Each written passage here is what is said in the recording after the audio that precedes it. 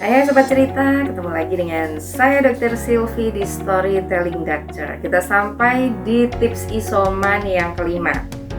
Tapi sebelum saya cerita nih lebih lanjut juga kenapa saya pakai masker, udah subscribe belum? Silahkan share, komen, dan nyalakan bel notifikasinya supaya kamu tahu bahwa saya sharing tips isoman lagi. Nah, kenapa nih saya pakai masker? Ini yang akan kita bahas di tips yang kelima, yaitu isoman di rumah tetap nyaman dan aman. Apakah deteksi positif? Nah, begini ya, karena memang saya beresiko sebagai tenaga kesehatan dan kami juga masih melayani di rumah sakit, di poliklinik, di bangsal. Jadi memang paparan itu tinggi sekali. Jadi nomor satu, sebelum kita sampai ke tahap isoman nih ya, masing-masing dari kita harus menilai resiko diri, resiko dari aktivitas, dan resiko dari pekerjaan. Buat nih ya yang masih suka kumpul-kumpul, masih suka hahihi, goes bareng, nggak pakai masker, atau kumpul bareng, makan-makan, arisan, foto-foto biar lucu, ditempel di medsos dan sebagainya, itu resikonya juga tinggi ya, apalagi tanpa 6M. Yang kedua, miliki strategi nih ya. Strategi itu maksudnya gini, ketika sesuatu berhubungan dengan pekerjaan kita itu menimbulkan resiko, kita udah siap. Nah, baru saja beberapa saat yang lalu saya dikasih tahu bahwa perawat yang bersama saya praktek beberapa waktu yang lalu itu positif ya. Kami tidak membuka masker bersama, kami tidak berinteraksi, tapi mungkin ada paparan karena kami masih makan di area bersama walaupun makannya bergantian. Disitulah press the button. Yang saya lakukan pertama kali ketika mendengar ada kabar seperti itu adalah langsung terapkan 6M. Memakai masker ya, dan memakai maskernya harus benar. Kemudian langsung saya melepas segala sesuatu yang menempel di tubuh saya. Ini kemarin juga agak lupa saya sebutkan di stop self transmission ya. Jadi lepaskan segala sesuatu yang bisa menjadi tempat-tempat virus itu menempel. Jadi pokoknya no mercy lah, virus nggak boleh nempel. Jadi saya langsung lepas segala aksesoris, rambut harus selalu diikat, kemudian selalu memakai masker ya. Memakai masker pun bukan sekedar masker, tapi masker yang betul-betul perlekatannya baik. Tandanya adalah begini, paling gampang. Cek, ketika perlekatannya baik, ketika kita tarik nafas, buang nafas, ini akan bergerak.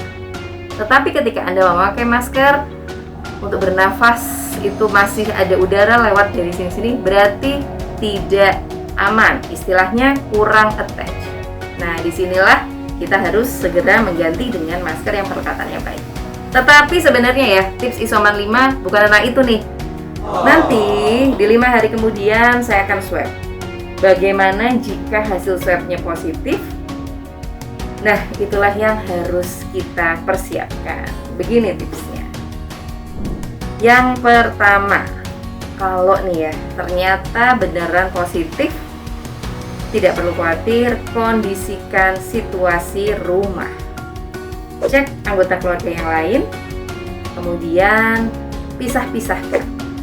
Jika ada anggota yang positif, ada anggota yang negatif, lalu bagaimana strateginya? Untuk yang positif, dijadikan satu dengan yang positif. Untuk yang negatif, tetap kita pantau, paling tidak selama beberapa waktu ke depan, apakah timbul gejala. Kemudian, jika ternyata timbul gejala, maka akan bareng-bareng isoman bersama yang positif. Nah, itu kalau kita bisa pisahkan, ada area positif, ada rumah yang untuk positif, ada rumah untuk yang negatif. Di sini, kita akan ngobrol nih. Ada 2 kejadian. Yang pertama, isoman bersama dengan yang negatif, dan isoman bersama dengan yang positif. Kita ke situasi pertama. Gimana caranya isoman dengan yang negatif supaya yang negatif tetap negatif dan yang positif ini cepat menjadi negatif. Yang pertama, persiapkan alat-alat yang dibutuhkan oleh yang sedang isoman di rumah. Tempat sampah minimal 2. Yang satu adalah tempat sampah masker, yang satu adalah tempat sampah domestik. Yang kedua, siapkan galon minum. Di kamar perlu ada entah galon, entah tandon gitu ya, karena memang yang sedang isoman harus minum air putih banyak, seperti di video saya yang bersih-bersih virus. Nah, di situ kalau misalnya cuma disediakan satu, ini misalnya, nih, saya selalu sanggup ini ya, kemana-mana. Di rumah pun saya harus ada ini. Nah, misalnya cuma punya bekalnya ini, jadi nanti nih sekali habis 700 cc, ambil lagi, keluar masuk. Jadi pastikan di kamar itu disediakan galon, termos, ya, jika memungkinkan. Kemudian berikutnya itu juga dilengkapi dengan ada sprayer karbol atau desinfektan lain, kemudian spray alkohol untuk spray seperti ini. Kemudian alat-alat pemantauan kesehatan yang standar. Ada oximeter, dan juga termometer. Ya, termometer dan oximeter ini juga harus dicek untuk baterainya, jadi harus sedia baterai juga. Jangan sampai kaget loh, tahu-tahu kok saturasinya 90, ternyata lowbat gitu ya. Untuk pemakaian oximeter yang betul bagaimana, pakai di jari tengah atau di telunjuk, tidak memakai di area jempol ya. Kemudian dicek setiap beberapa saat sekali ya. Nah, selanjutnya alat-alat sudah kita siapkan, kemudian ruangan sudah kita kondisikan. Nah, perlu membatasi teritori. Teritori ini jika memang tidak bisa dibatasi secara virtual ya, secara kasat mata, buatlah teritori dengan lakban. Maksudnya begini, kadang yang namanya isoman di rumah, kita merasa, oh ini di rumah ya, kita bisa begini begitu gitu. Bahkan kadang lupa pakai masker dan sebagainya. Nah, memakai lakban merah itu memudahkan kita untuk sadar, oh iya, gitu ya. Oh iya, ini aku mau masuk ke area publik. Jadi apa yang harus aku lakukan gitu. Jika perlu, batasi dengan lakban, di area mana saya boleh melepas masker, di area mana saya betul-betul harus pakai masker.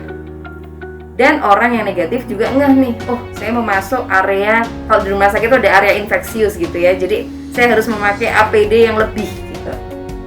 Ya, selanjutnya setelah menyiapkan bahan yang diperlukan, alat-alat yang diperlukan, kemudian mengkondisikan seperti yang ada di stop self transmission, keluarkan barang-barang yang tidak dipakai atau tutupi dengan plastik misalnya. Selanjutnya kita membagi job description ya. Maksudnya begini, aku minta tolong setiap jam sekian aku dibawakan makan, aku makannya begini. Jadi minta tolong pada orang yang di rumah untuk mengkondisikan. Jadi job description. Ada yang kemudian nanti kalau sampahnya saya treatment seperti ini, lalu saya letakkan di sini dan tolong kemudian begini. Ya. Itu silahkan dibahas dari awal. Supaya apa? Supaya jangan sampai ada hal-hal yang tidak diinginkan, misalnya penularan kepada sekeluarga ya, hanya karena di awal tidak dibahas, terlalu panik gitu ya. Nah, jangan panik. Selanjutnya nih, setelah pembagian job desk, susun jadwal. Maksudnya, misalnya nih, kan yang sakit, yang positif perlu nih keluar untuk berjemur. Kemudian kalau misalnya ada bajunya juga dicuci sendiri kalau pas lagi tidak terlalu sakit ya, kemudian dijemur dan sebagainya. Atau misalnya kamar mandinya hanya satu, bergiliran. Untuk giliran mandi yang positif, tempatkan urutan yang terakhir. Setelah semuanya selesai mandi, yang positif mandi, baru setelah itu semprot dengan karbol dan kamar mandi itu dikosongkan paling tidak 1-2 jam supaya aman. Ya. Jika tidak memungkinkan seperti itu, ya nanti bisa dikomunikasikan, didiskusikan bersama anggota keluarga yang lain.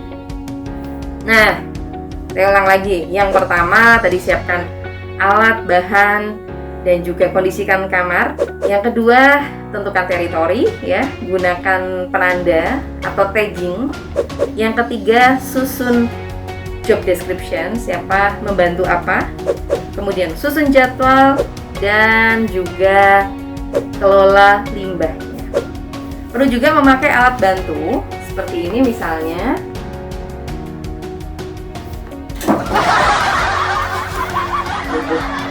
Alat bantu ini misalnya bisa untuk menuliskan gitu ya, menuliskan kebutuhannya apa, misalnya mau diganti aqua setiap berapa waktu sekali dan sebagainya ya. Nah, itu jika isoman bersama yang negatif. Bagaimana nih kalau isomannya sama-sama positif? Kan udah nggak masalah, sama-sama positif gitu. Jadi nggak usah pakai masker, nggak usah apa ya, peluk-peluk, dan sebagainya. Kalau misalnya Anda isoman bersama dengan putra-putri Anda yang memang masih membutuhkan cuddling, masih membutuhkan ASI dan sebagainya, ya memang kita tetap melakukan itu supaya mereka juga tidak semakin stres. Ya, tetapi jika orang-orang yang isoman bersama Anda yang sama-sama positif itu bisa dikondisikan, kita juga harus seperti tadi. Yang pertama, kita berbagi teritori. Siapa yang isoman di ruangan itu, siapa yang isoman di ruangan ini. Yang kondisinya lebih berat itu diletakkan paling dekat dengan kamar mandi misalnya. Yang lebih kuat misalnya agak jauh dan sebagainya. Silahkan dikondisikan sesuai dengan keadaan rumah Anda. Selanjutnya, tadi susun job description. Berapa orang yang positif yang isoman di rumah itu? Siapa yang kondisinya cukup baik, siapa yang tugasnya apa, gitu ya. Mengepel misalnya, tidak perlu dilakukan setiap hari jika memang kondisi masih sama-sama lemes gitu. Tetapi paling tidak ada kesepakatan ya. Kemudian setiap jam berapa, nah ini kemudian setelah job desk ke jadwal. Setiap jam berapa nih kita mandi, lalu berjemur. Setelah itu kita bersih-bersih, dalam artian kalau ada limbah mau dibuang jam berapa limbahnya. Kemudian kalau mau nyuci baju bareng-bareng, jam berapa terakhir dicemplungin ke tempat cucian misalnya gitu ya. Jadi memang harus ada jadwal. Yang berikutnya adalah kelola limbah ya. Tadi seperti yang dilakukan ketika bersama dengan yang negatif, kelola limbah. Nah ini sebenarnya jauh lebih enak karena kan sama-sama positif. Jadi ketika mengelola limbah ada teman-teman yang bisa saling membantu. Nah selanjutnya saling memantau. Bagaimana kondisinya hari ini, suhunya bagaimana, apakah sudah minum atau belum, obatnya bagaimana, itu saling memantau. Ya, jika kemudian salah seorang sudah lebih baik, maka dia perlu untuk istilahnya mengambil porsi pekerjaan yang lebih banyak dibandingkan yang masih kondisinya masih belum pulih 100%. Nah, ini juga menjadi catatan bahwa di area rumah walaupun semuanya positif, tetap harus memakai masker ketika bersama-sama dan tidak makan bersama. Makan tetap di kamar masing-masing. Mengapa? Ya ini jelas sekali karena sesuai dengan perjalanan penyakit kita tidak tahu siapa yang punya virus lebih banyak dibandingkan yang lain. Ya. Dan itu juga yang membuat kita harus tetap 6M di rumah supaya tidak terjadi ping-pong transmission. Ada yang sudah mulai sembuh, ketularan lagi nih gitu. Jadi kok nggak negatif-negatif gitu, karena kita ping-pong transmission dari anggota keluarga yang positif. Nah, kuncinya dari isomama atau isoman bersama di rumah adalah yang pertama, adakan keteraturan. Jika tidak teratur, maka kita tidak bisa mengalahkan virus ini karena virus ini dia sangat teratur replikasinya. Jika kita menuruti keinginan kita atau kita tidak toleran terhadap orang di sekeliling kita, maka viruslah yang akan mengambil alih. Ya, jadi itu saling membantu, saling mengerti kondisi, dan juga tetap 6M walaupun di rumah. Memakai masker dan maskernya yang benar ya. Kemudian menjaga jarak, kemudian menghindari bersama-sama, lalu tidak makan bersama, dan mengelola limbah medis masing-masing. Demikian ya Sobat Cerita semuanya. Jangan khawatir, isolasi mandiri di rumah itu sangat bisa dilakukan, apalagi sekarang kondisinya adalah rumah sakit semuanya full, IGD tutup ya. Jangan khawatir, hampir semua layanan rumah sakit mempunyai telemedicine, jadi silahkan dipergunakan. Demikian, dan untuk Anda semua yang masih isoman, tetap semangat, lekas negatif, dan teratur. Oke, salam cerita. Halo, bertemu lagi dengan teman-teman bersama aku, guys.